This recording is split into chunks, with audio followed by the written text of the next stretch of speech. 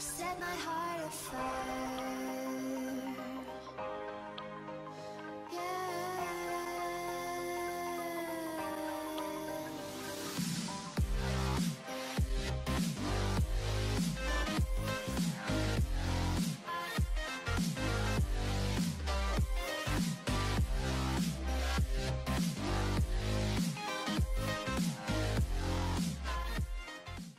Eh bien, chers amis, bonjour sur notre toute dernière vidéo, notre toute nouvelle vidéo sur le tier list et Call of Duty.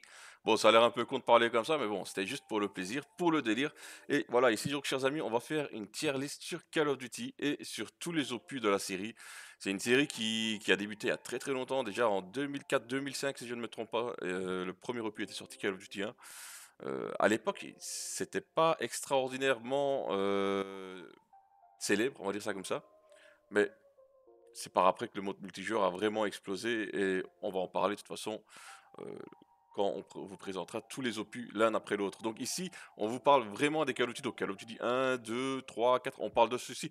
On ne parle pas des Call of Duty Big Red One ou je sais pas quoi, les pinches qui sont sortis sur PlayStation 2 ou autre. On parle vraiment des Call of Duty principaux. On parlera également un peu du Call of Duty 3 qui lui était sorti sur Xbox 360 si je ne me trompe pas et PS3 aussi. Mais voilà, en règle générale, on va essayer d'aborder simplement les Call of Duty qui ont été les plus importants. Et pour faire tout cela, j'ai bien sûr mon acolyte de toujours, mon très cher, mon ami Zeus. Et alors, comment ça va Zeus? Est-ce que tu vas bien? Bien et toi, mon ami? Ça va, tranquille, tranquille.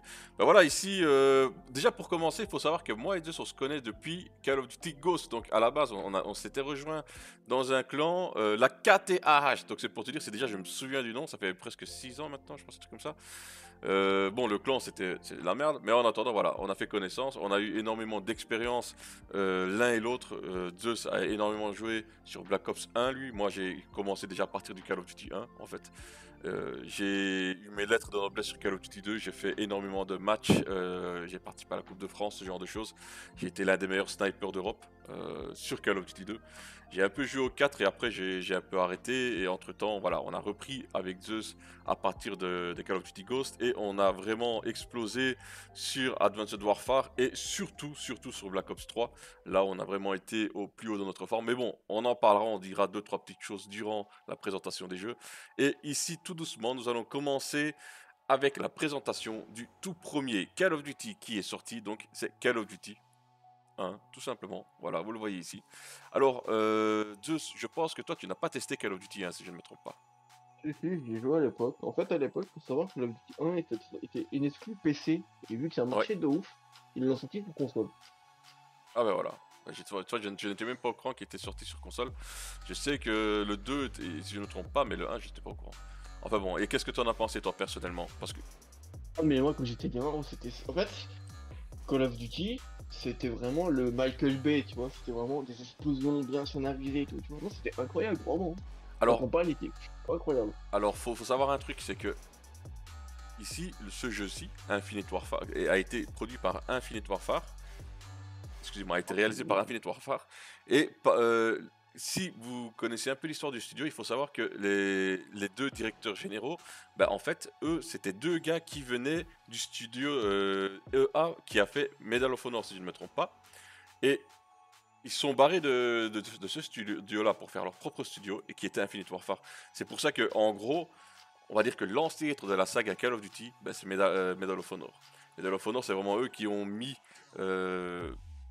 on va dire, ce côté un peu Michael Bay, ce côté un peu extravagant, il faut sauver le soldat Ryan avec le débarquement et autres. Bah, on le retrouve bien entendu dans Call of Duty premier du nom, dans la campagne. Ce côté explosif, ce côté où on n'a pas le temps de réfléchir et où c'est vraiment extraordinaire quoi. Et pour l'époque, c'était vraiment une tuerie, c'était vraiment un truc que tout le monde, même dans les tests, vous pouvez aller voir dans les tests encore aujourd'hui, vous verrez que le côté débarquement de Normandie dans Call of Duty, c'était quelque chose qui était énormément mis en avant, qui avait énormément surpris les gens, tout simplement. Et aussi, à l'époque de Call of Duty 1, en fait, le multijoueur, c'était un mode à part, quoi. Quand je dis un mode à part, c'est vraiment, c'était voilà, t'avais Call of Duty, le mode solo, Et tu avais un petit morceau en mode multijoueur, si tu veux, tu peux aller jouer en multijoueur. Donc les gens, ils s'en foutaient. C'était pas, même lors des tests, vous pouvez aller le voir, on jugeait le jeu pour son solo, pas pour son multi. Le multi, c'était vraiment une option à part, une petite feature, vite fait, bien fait. Une Loin, autre bien époque. sûr, loin de notre époque où aujourd'hui, bah, finalement, quand on achète un Call of Duty, c'est pour son multi et non plus pour son solo. Et même certains Call of où on a parlé de faire abstraction du mode solo, de le supprimer, purement et simplement. Bah voilà, à l'époque, c'était le mode solo qui était le mode principal de Call of Duty.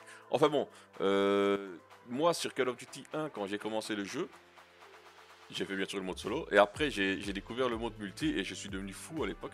C'était vraiment les balbutiements du jeu en ligne, on va dire ça comme ça. On avait déjà les Counter-Strike et tout, mais sur Call of Duty, c'était vraiment le début. On avait déjà une petite communauté de joueurs Call of Duty, on avait nos clans, on se faisait des matchs et autres. Le Deserto et autres sont nés sur Call of Duty 1 au final. Et c'est là qu'on a vraiment commencé à entrevoir un avenir pour le monde du multijoueur comme on le connaît un peu aujourd'hui. Pour la saga Call of Duty et pour un peu tout finalement. Et plus loin que ça, la différence qu'on peut voir en fait entre un Call of Duty 1 et le reste des autres Call of Duty, c'est que dans les maps, c'est des maps qui étaient gigantesques. Sérieusement, c'était gigantesque. Vous ne saviez pas courir, il n'y avait pas l'option sprint en fait. Voilà, c'est des petites choses comme ci par-ci par-là.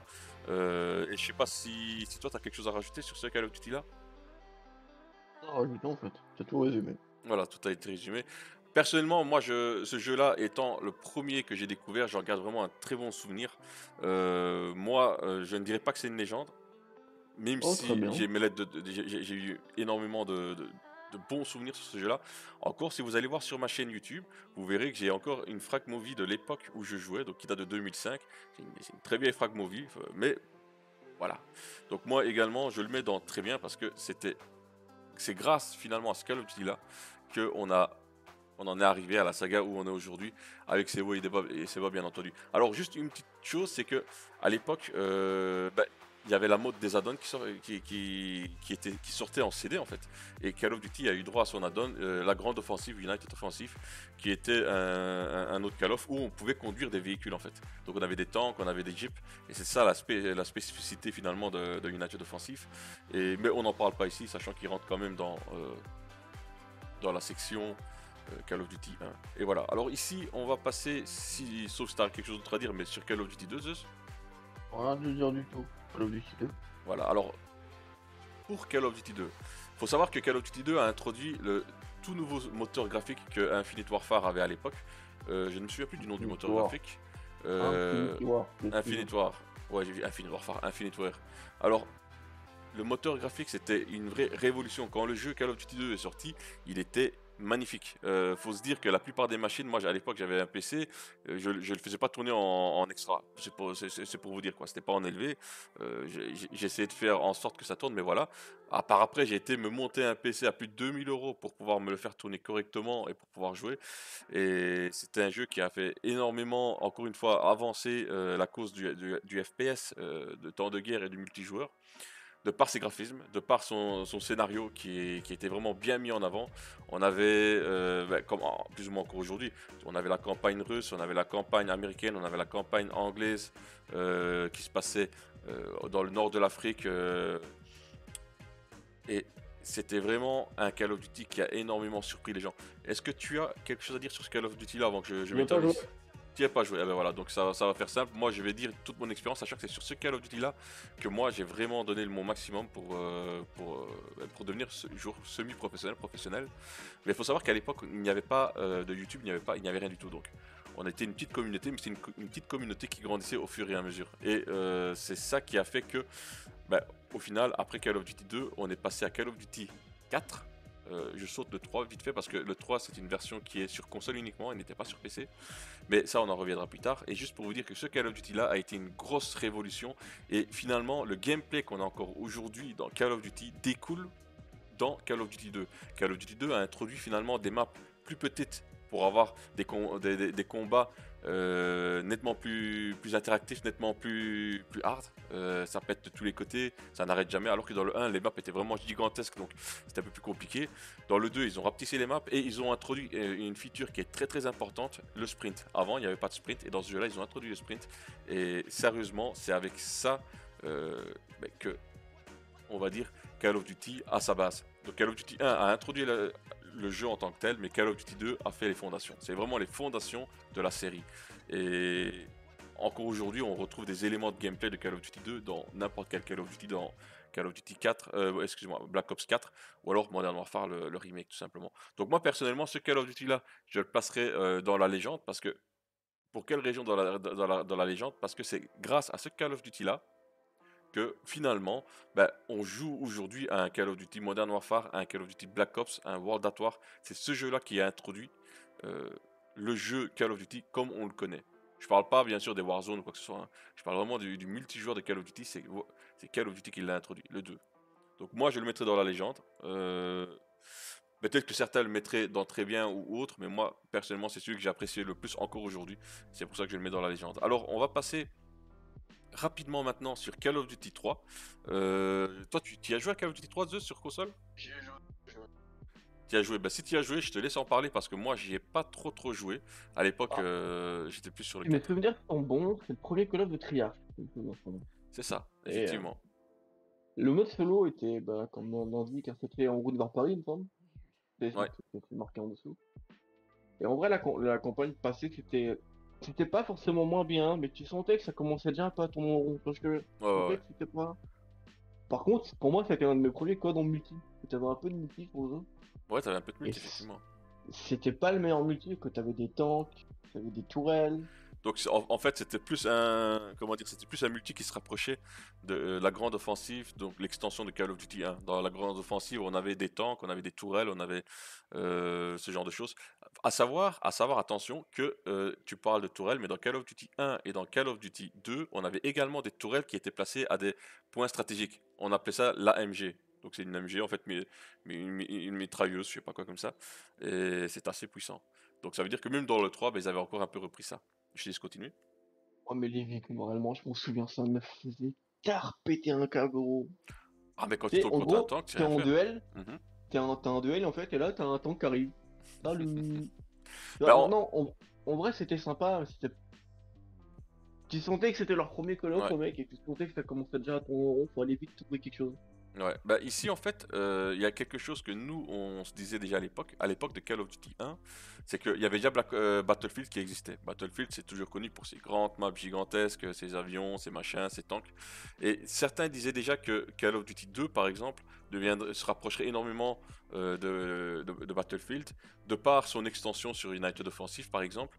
On a vu que c'était rien à voir. Par contre, le 3, oui, lui, le 3, il se rapproche quand même pas mal, d'après ce que j'ai pu comprendre ici, d'un Battlefield, toute proportion gardée, bien entendu, hein. Euh, je ne dirais pas que c'est exactement la même chose, mais bon, on avait des grandes maps, on avait des tanks, on avait des mitrailleuses, donc ça se rapproche un peu quand même d'un Battlefield. Alors, juste une petite chose, les gars, dans Call of Duty 1, le 2 et le 3, il n'y avait pas de killstreak. Donc, il n'y avait pas de radar, il n'y avait pas d'avion, il n'y avait rien du tout.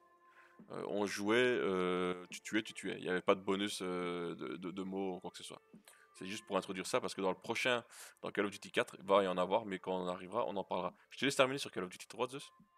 En vrai, en vrai, Call of Duty 3 n'a pas énormément de choses à T'as pas dire, parce énormément de que choses à dire, c'est un épisode, on va dire, entre deux, de transition. de transition, c'est ça. Et tu le mettrais où, toi? Dans la légende? Très bien, on y a presque cru, c'est un patoche. Sympatoche, je dirais. C'est pas incroyable, ça fait le taf, Mhm. tu vois, je veux dire, c'est pas un mauvais opus pour Ouais. autant, mais c'est pas. Enfin, du moins, à l'époque, c'était un mauvais opus. Sans recontextualise, c'est un mauvais opus. Bah, Là, c'est un à mauvais l'époque, ouais, multi, à l'époque quand elle est etc. Tu vois. sortie, c'était pas extraordinaire. Après, c'était une version Mais, qui était sur console, donc de ce côté-là, c'était bien, mais sans plus, quoi. mais après, aujourd'hui, si tu compares à d'autres jeux qu'on va voir plus tard, franchement, c'est sympathique. Voilà. Alors ici, maintenant, on va passer sur, on va dire, les Call of Duty un peu plus Moderne. de notre génération à nous. Quand je dis de notre génération, ça veut dire déjà un peu plus moderne. On quitte la Deuxième Guerre mondiale et on arrive à Call of Duty Modern Warfare. Déjà à l'époque, quand ce Call of Duty là est sorti, euh, j- les gens disaient, voilà, on passe à l'ère moderne. Déjà rien que ça va attirer énormément de joueurs. Donc on avait un Call of Duty avec le gameplay de Call of Duty qui est du solide, sérieusement c'est du solide, mais, mais attention, avec le côté moderne, donc des nouvelles armes, Kalachnikov, machin et autres, M16 et autres. Et alors la seule chose c'est qu'il y avait beaucoup de gens qui disaient oui mais ça va être un genre de Counter-Strike, ils commençaient, parce que les gens aiment faire des comparaisons, ils comparaient Call of Duty 4 Modern Warfare, donc, avec Counter-Strike. Ok, ça se passe tous les deux dans les temps modernes, mais on sait plus loin que ça. Ça n'a rien à voir. C'est vraiment deux jeux qui n'ont rien à voir. Ok, c'est des FPS, mais si à partir du moment où tous les FPS, on disait que c'était une copie de l'autre, on tournerait en rond. Mais moi, ce Call of Duty là, c'était vraiment un qui m'a énormément surpris. Et je ne parle même pas de sa campagne, parce que sa campagne déjà était vraiment extraordinaire. Elle était vraiment bien elle était vraiment bien ficelée. Et on commençait déjà, et là on avançait vraiment dans tout ce qui est cinéma hollywoodien. En fait, la série avait adopté les codes du cinéma hollywoodien dans sa campagne solo. Et c'est vraiment à partir de cet épisode-là qu'on a vraiment connu ça. Il y avait déjà ça dans Call of Duty 2, même dans le 1, mais dans cet épisode-là, dans Call of Duty 4, donc Modern Warfare, ce côté cinéma hollywoodien a vraiment été mis en avant. Je te laisse dire 2-3 mots si tu as quelque chose à rajouter sur Call of Duty 4 Modern Warfare. Tu parlais de films, mais ça s'inspire énormément du film La Chute du Faucon Noir. Si vous n'avez pas vu ce Bah film, regardez également. ce film, vous Moi j'ai verrez. Non, non, déjà regardé, ouais. c'est totalement code 4. Oui, oui, Après, de toute façon, tu me parles de ça. La map qui Crash. était, voilà, Crash, c'est en fait une map qui est totalement copiée de l'histoire du film La Chute du Faucon Noir, qui en parallèle est une vraie histoire qui est arrivée. Donc c'est vraiment un hélicoptère Apache, si je ne me trompe pas, qui s'est écrasé en Somalie. Et il y a eu des soldats qui ont été tués, machin, autre, par les Somaliens, durant l'intervention américaine en Somalie. Et en fait, ça vient de là. Donc, Ouais. Après, t'as oublié effectivement. de parler du multi de code 4. Le multi de code 4, attention les gars. Hein. Bah, Le ici, multi de code 4 était très bien pour ce qu'il était, mais faut pas oublier qu'au bout de 6 mois, le jeu était pas jouable. bah, ici, attention, Call of Duty 4, dans le multi, je n'ai pas encore abordé, mais oui, effectivement, le multi de Call of Duty, faut se dire que, avant, on avait Call of Duty 1, 2. C'était une communauté qui était quand même assez serrée, on va dire. C'est une petite communauté, elle tendait à grandir, mais ce n'était pas encore la communauté qu'on connaît actuellement, ou même celle de Call of Duty 4. Quand Call of Duty 4 est sorti, avec son côté moderne, il a attiré énormément de joueurs, et de tout âge. Et le problème, en fait, dans ce genre de choses, c'est quoi? C'est que, bah, finalement, au final, on se retrouve avec un jeu où on a les gens qui commencent vraiment à camper. Euh, on avait déjà ça sur le 1, sur le 2, mais ça n'avait rien à voir avec un Call of Duty 4 où c'était vraiment les bases. Et c'était devenu injouable avec le lance-grenade. Les gens, ils jouaient tous au lance-grenade, ils campaient dans tous les recoins. C'était un peu abominable. Mais bon, le jeu restait bien. Et le côté kill streak, comme je vous disais tout à l'heure, a été rajouté dans cet opus-là. Donc c'est dans cet Ouais. opus-là que les premiers killstreaks sont apparus. Alors le premier c'était le radar, le deuxième c'était la frappe Predator si je ne me trompe pas, et le troisième c'était l'hélicoptère de combat. Voilà, on avait 3 killstreaks, on n'avait pas le choix, c'était ces trois-là qu'on devait choisir. Je t'écoute, Zeus. C'était simple et efficace, quoi. Mais tu disais, des combats etc. En fait, pour moi, Code 4, c'est vraiment le représentant du jeu d'enculé, tu vois. C'est vraiment. C'est un peu là où on a vu les premiers enculés, tu vois, je veux dire. C'est ça. Et alors, si je me souviens bien, également dans Call of Duty 4, on a également eu les premiers atouts qui ont apparu. C'est bien ça, non? Ouais, c'est ça, c'est ça. C'est ça, on avait les premiers atouts qui ont apparu dans Call of Duty 4. Et c'est ça qui a commencé à faire changer. Donc il y avait des atouts, blindage, machin, je me souviens plus trop des noms, mais euh, comme je vous le dis, c'est vraiment en fait finalement Call of Duty 4, c'était encore une évolution de Call of Duty 2. En fait, Call of Duty 2, c'est les fondations. Call of Duty 4, eh ben, c'est directement la dalle de béton sur les fondations. Sans ces deux-là, le reste de la série n'existerait pas. Par après, dans les autres épisodes de Modern Warfare 2, dans Black Ops 2, machin et tout, ok, il y a eu des évolutions, il y a eu des changements, mais tu retrouveras toujours, en fait, les points qui ont fait les succès de la série Call of Duty 2 et Call of Duty 4, par exemple, dans tout le reste de la série.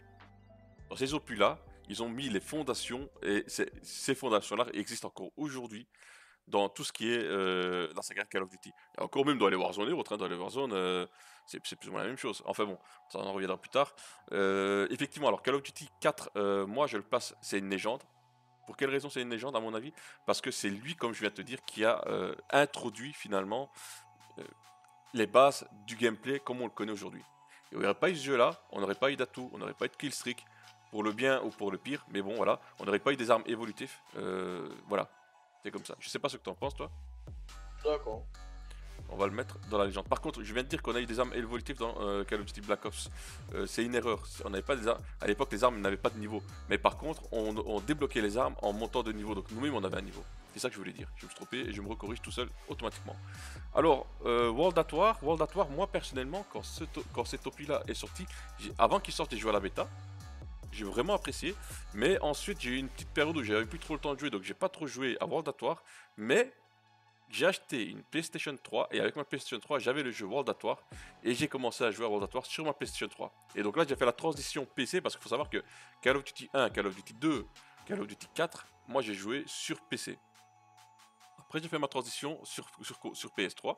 Et alors sur PS3 moi j'ai fait les opus Call of Duty, enfin tous en fait, tout simplement tous, on va pas commencer à les dire. Mais le World at War quand il est sorti, je me souviens encore de l'annonce où il disait nous allons faire un retour aux sources, nous allons faire un retour à la Deuxième Guerre mondiale.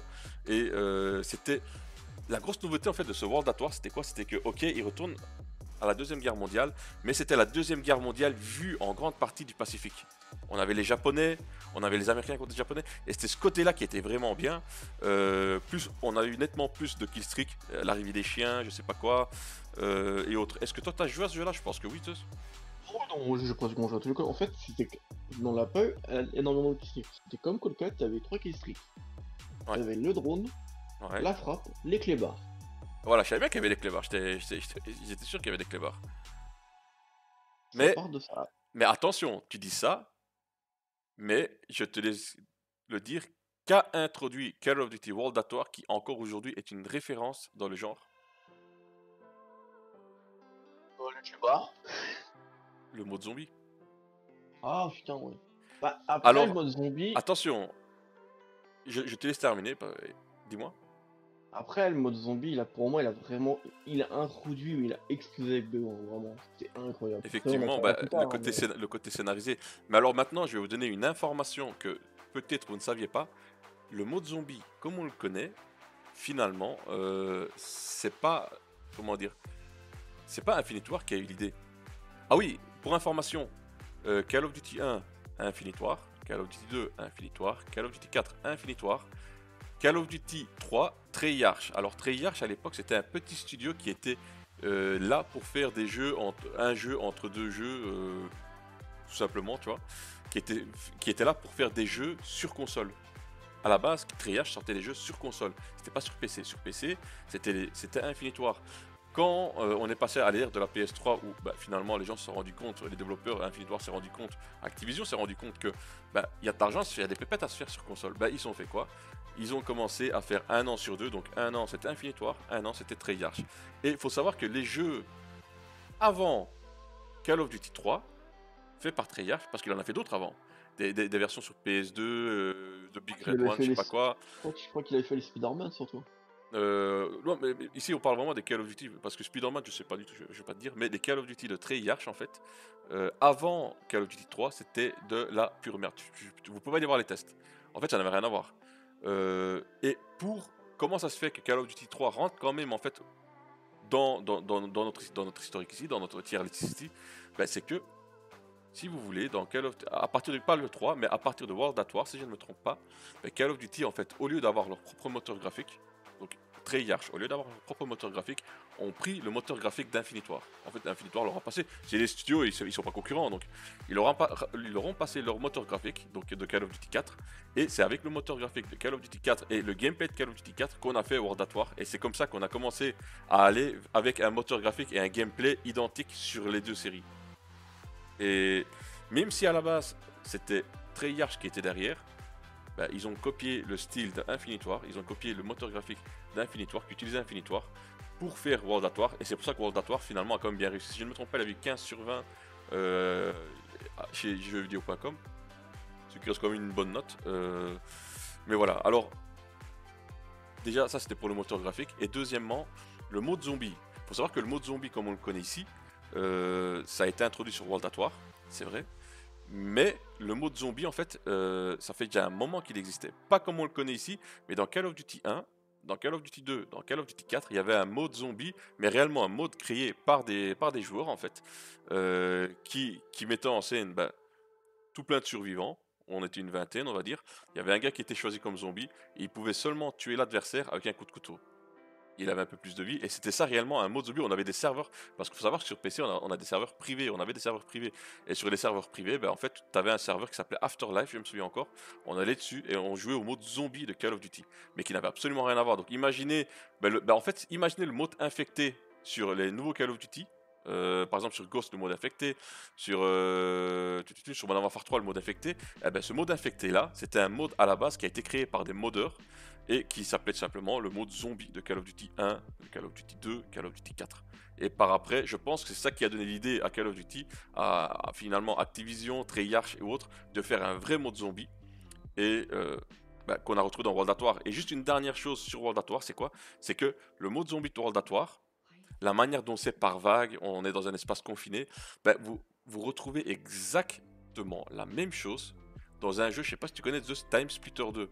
Dans Time Splitter 2, Mais c'était un jeu en FPS sur GameCube et autres, et à l'époque de la PS2, donc sur console. C'était un jeu tu voyageais dans le temps à différentes époques, et dans le 2, je sais plus c'était à quel niveau, mais t'arrivais en fait dans un stage, on va dire ça comme ça, où tout le monde était transformé en zombie. Donc tu arrives à une époque où tout le monde est transformé en zombie. Et de par cela, ils nous avaient fait un mini mode de jeu qui était, tu restais dans un genre de garage, tu avais deux, trois pièces comme ça, et tu avais des zombies qui venaient, tu devais survivre le plus longtemps possible. Et moi, je pense personnellement que c'est ça qui a inspiré au mode zombie encore plus loin, comme on le connaît, parce que le mode zombie comme on le connaît, ça sort de là. Je vais essayer de vous montrer une vidéo au montage du mode zombie là, et vous verrez que vous-même, c'était exactement finalement pareil. C'était eux les précurseurs du mode zombie de Call of Duty. Donc Treyarch ne l'a pas inventé, ils ont juste copié. Call of Duty a juste copié quoi. Mais bon, même s'ils ont copié, ils ont perfectionné la chose. Et on en parlera quand on arrivera sur les prochains épisodes, bien entendu, avec toutes les évolutions qu'on a connues, hein, toutes les maps zombies et autres. Et c'est pour ça que World at War, pour moi, c'est peut-être pas une légende, mais ça reste quand même un très très bon jeu, donc je le mettrai dans très bien. Je sais pas ce que tu en penses, toi, Zeus.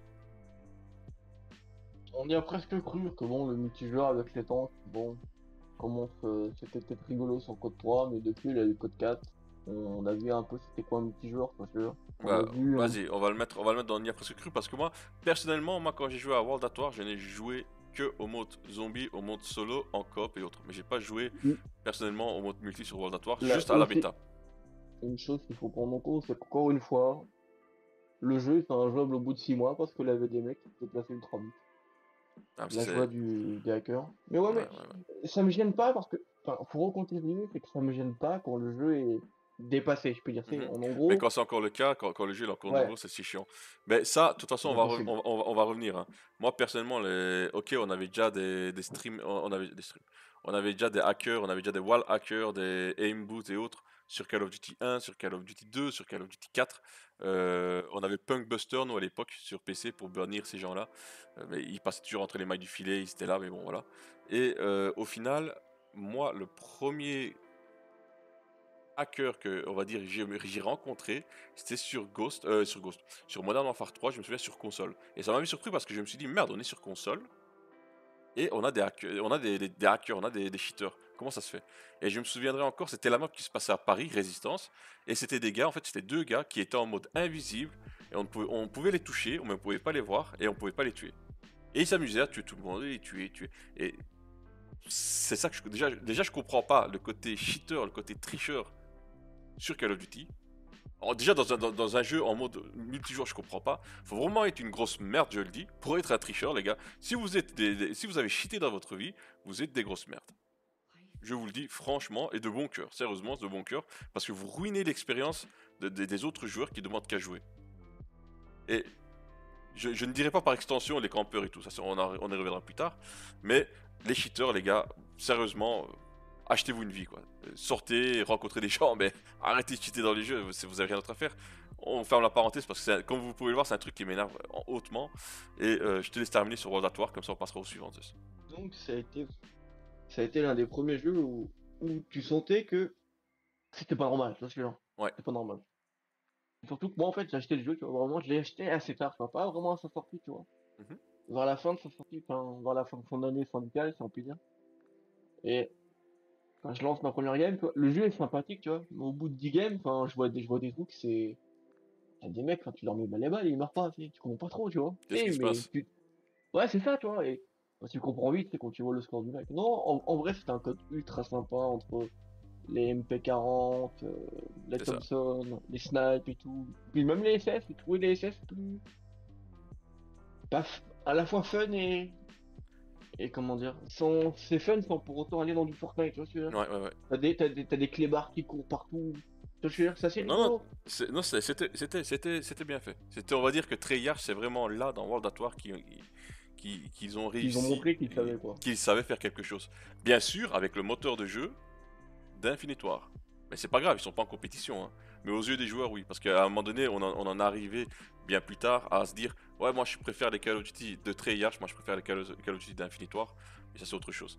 Mais bon, voilà, ici, on va passer, donc on l'a mis dans, on y a presque cru. Et on passe maintenant, alors, à une grosse nouveauté, une grosse claque, on va dire ça comme ça. Dans les deux sens, attention. Modern Warfare 2. Modern Warfare 2, c'était vraiment le jeu qui, pour la plupart des joueurs, a été la grosse révolution.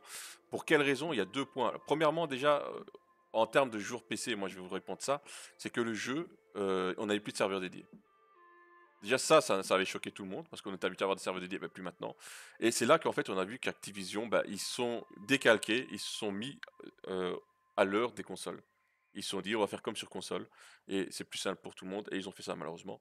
Mais Modern Warfare 2 c'est un jeu extraordinaire qui avait un solo qui était vraiment bien ficelé et de surcroît qui avait introduit les opérations spéciales. Je sais plus comment on appelle ça, les Oh, ops, je sais pas opération quoi. spéciale. Opération spéciale. Qu'on pouvait jouer à plusieurs. C'est ça qui passait bien en fait. On avait un mode coop qu'on pouvait jouer, ou sur PC, on pouvait jouer directement en ligne à plusieurs opérations spéciales. Et c'était vraiment fun et vraiment très amusant. Et dans ce Call of Duty là, en fait, on a eu énormément d'évolutions également du côté des killstreaks. On en a eu quelques-uns encore en plus. On a eu également des évolutions au niveau des atouts, au niveau des armes et autres. Est-ce que tu as quelque chose à rajouter toi sur ce Mais Call of moi Duty j'ai là? plein de trucs à dire sur ce jeu. Bah, je te Je- laisse dessus. Mais je déteste ce jeu du fond de mon âme. Mais en fait, tous les gens qui de l'époque qui disent aujourd'hui ouais ce jeu est trop bien, mais genre non. Le jeu a un équilibrage à chier.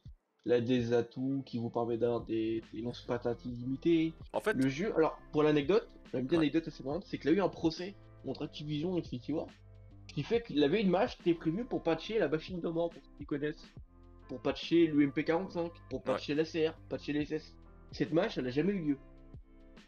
Ce qui fait qu'au bout de 3-4 mois, une fois que tout le monde a compris que le lance-patate c'est ultra fort, que machine de mort c'est ultra fort, Ah, tout le monde joue à ça. le jeu est pas jouable. Enfin, tu t'amuses pas en fait. Bah, Tu rentres dans à un une moment game. donné, même si tu as 50 armes, si tout le monde prend la même arme, Non, voilà. non, mais tu veux que tout le monde peut prendre la même arme, mais on te parle réellement d'un truc, ça te one-shot la tronche. Enfin, Ouais, oui. Afghan, tu spawn, tu te prenais des coups de lance-patate dès le spawn. Ouais, ouais. Non, enfin, ce jeu est une hérésie totale d'un point de vue équilibrage. Bah, Ok, ok, c'est fun, c'est pas suffit. Mais, maintenant, je suis d'accord avec voilà. toi sur ce point-là. L'équilibrage était au chiottes. J'ai pas énormément moins joué à celui-là. J'ai joué, mais en mode PS3, tranquillement. Je l'avais acheté sur PC, c'est vrai. Mais après, j'y ai plus joué et j'ai joué sur console en mode tranquille. Toi, je me suis dit, on va squatter les opérations spéciales avec les amis. On s'est vraiment bien amusé là-dessus. On n'a pas été en multi moins que ça, donc j'ai moins ressenti ce côté-là que toi. Mais je te fais confiance là-dessus. Donc, c'est un Call of Duty qui aurait pu être mieux, mais qui malheureusement, du fait de son équilibrage assez Bah, en mal fait, foutu, bah, a il y a coulé. aussi une chose qu'il faut noter, c'est que les gens qui te disent, globalement, c'était la bonne époque, etc., on va pas se mentir, hein, c'est des gens qui sont pas ultra à l'aise en les FPS. Et Mais vu que c'était en un jeu règle qui était générale, ultra permissif, en fait, en règle générale, quand tu dis ça, je te coupe tous, mais je pense que ces gens-là, c'est des gens qui ont commencé la série avec Modern Warfare 2. Ils n'ont pas bah connu oui. les autres Call of Duty avant, donc ils peuvent pas savoir. Moi, personnellement, quand j'ai joué, j'ai connu l'évolution complète de la série. Donc quand moi, je me base bien sûr sur ma propre expérience. Je ne suis pas le gars qui a la vérité absolue, mais bon. Moi, j'ai vu évoluer la série. Personnellement, il y a certains trucs qui m'ont plu, d'autres qui m'ont un peu moins plu. Et il y a une vérité qui est vraie, et maintenant, c'est pas un spoil, mais arrivé à Call of Duty Modern Warfare 2, le mode multi, c'était bien, mais voilà. Il a fallu que Black Ops sorte, que je l'achète sur PS3 pour redécouvrir en fait le plaisir de jouer en multi avec un Call of Duty.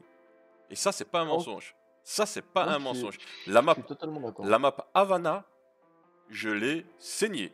La map, oh là là, c'est pour vous dire, il Bon, y on en avait, parlera en temps voulu. on en parlera en temps venu. Mais bon, voilà, ici, alors ce Call of Duty ici, il est sympatoche. Je le mettrais bien dans On y a presque cru, mais malheureusement, c'est vrai qu'il y a pas mal de choses qui ont fait que bah, il n'y a pas sa place. En gros, quand Modern Warfare 2 est sorti, les gens ils disaient que c'était un Call of Duty 4.2, tout simplement, 4.5 quoi. En gros, c'était juste une petite mise à jour de Call of Duty 4 et donc c'était Modern Warfare 1.5 si vous voulez quoi. Donc il n'y avait pas une grosse évolution. Ok, il y a eu des petits trucs assez sympathiques, je dis pas le contraire. Comme l'introduction, et ça c'était pas la moindre chose, l'introduction, Comme le euh, capteur cardiaque, tu l'as oublié. voilà, ça on n'en parle pas de ces conneries là, mais bon. Et pourtant qui existe toujours aujourd'hui, mais qui a été un peu nerfé, qui fonctionne plus de la même manière. Mais voilà, alors moi ce Call of Duty là, je vais le mettre dans sympatoche. Je dirais pas XOC parce que ce serait trop abusé sur le truc. Non, en fait, le jeu était fun, genre le Spadous qui tuait à 50 mètres, c'était rigolo, tu vois, mais... C'est pour ça, sympatoche. Le jeu il est sympatoche. Et ils auraient réglé leur problème d'équilibrage. Je pense que le jeu aurait été dans très bien. Ah oui, non, clairement, mais là, ils en avaient... Enfin, Mais ils en là, avaient rien à foutre, malheureusement, quoi. voilà, c'est pas arrivé, donc sympatoche. Alors, chers amis, ici on est déjà donc à une demi-heure de vidéo. Ici, je vais vous dire merci d'avoir suivi cette vidéo. Si vous avez apprécié et surtout si vous voulez voir la suite en mode Black Ops, parce que c'est vraiment ici qu'on va rentrer dans le vif du sujet, dans les Call of Duty qui ont vraiment marqué plusieurs générations l'un après l'autre, ben, ce sera à regarder dans le prochain épisode sur ma chaîne YouTube bien entendu. Donc je vous invite à aller vous abonner, à lâcher un petit commentaire et je vous remercie encore d'avoir suivi cette vidéo si vous l'avez regardée et vous donne rendez-vous au prochain épisode. Salut! Allez. Tu te souviens? Ah oui, je me souviens, tu te souviens? Oui, je me souviens.